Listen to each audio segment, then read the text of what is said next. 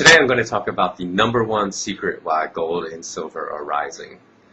It's a disappearing act that is so great that not even Criss Angel, David Blaine, or the great Harry Houdini could pull this off.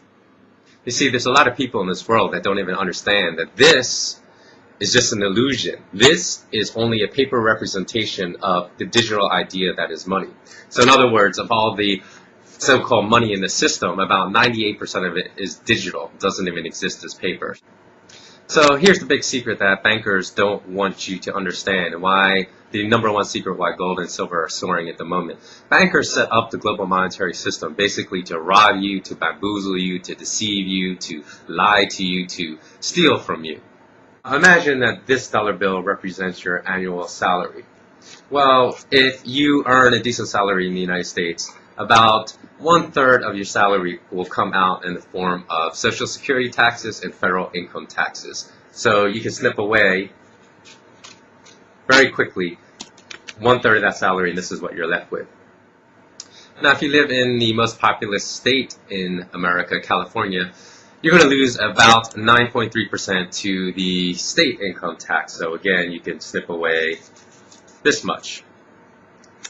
So nothing shocking there. Most people understand that concept, that this is what you're left with your annual salary. Okay, here's where it gets interesting. Now, this is what you're left with, and this is what you need to live on. You need to pay all your expenses, your food, your entertainment, your travel for the year. And between 2000 and 2008, the central banks devalued the dollar so much that it lost about 50%. So if you actually held what's left of your salary, 100% of it in your savings account, well, within 8 years, 50% of that was gone. So basically, this is what you're left with. Okay, so now it looks like living just got a lot more difficult. So what about the future? Well, we all know about the currency wars that are going on right now. The Bank of Japan is deliberately intervening to devalue the yen even further, which is triggering all central banks in a race to the bottom in this currency war. So all central banks are now engaging in a war to destroy the valuation of their currencies. So if the US dollar lost 50% of its purchasing power between 2000 and 2008, with the unforeseen shocks that are going to be inevitable in the future, you could say that a 50% devaluation is not unreasonable. Say it could happen in 5 years, 4 years, maybe even 3 years with some shocks. So you need to snip away another 50%. And now this is what you're looking at as far as your annual salary just after, say, 11, 12, or 13 years. So remember this, the very large 1/3 part of your salary that came out in federal income taxes and Social Security taxes.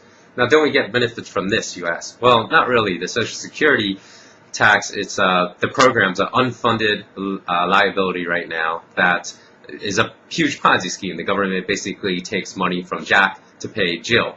And furthermore, with the Social Security scheme, the payment schedule of benefits is such that most people will never actually receive all the money that the government took out of their paycheck before they die. And secondly, with the massive currency devaluation that is going on right now, you'll probably get dollars that are worth 50%, 40%, 30%, 10% of the dollars that you paid into the system. So you're definitely not getting the equivalent amount of purchasing power back from this program.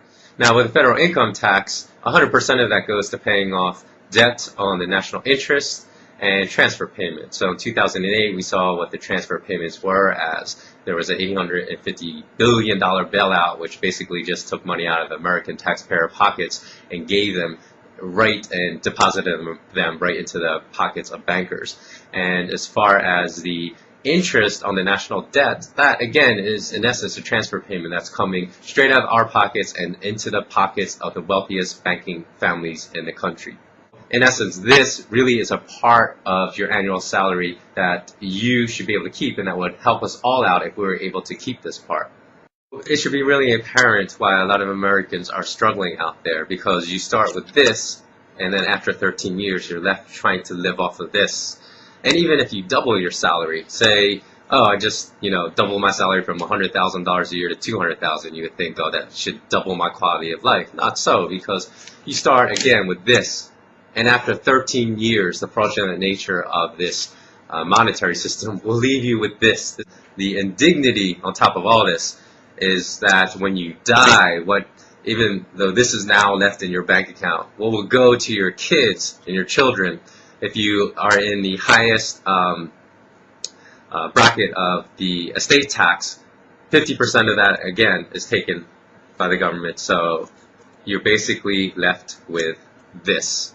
So from your lifespan, you go from this to this in 13 years, and this to this upon death. Now remember that this illustration, this reality for the most part, applies to you whether you own euros, pounds sterling, yuan, Australian dollars, and any other paper currency in the world. If we had a gold standard, history shows us that if we start with this, 20 years later, we will still have the purchasing power of this. So I hope I've been able to describe to you the biggest disappearing act in history in about 5 minutes. If you wish to keep up to date with other videos we may produce about this topic, please subscribe to our YouTube video. Thanks for watching.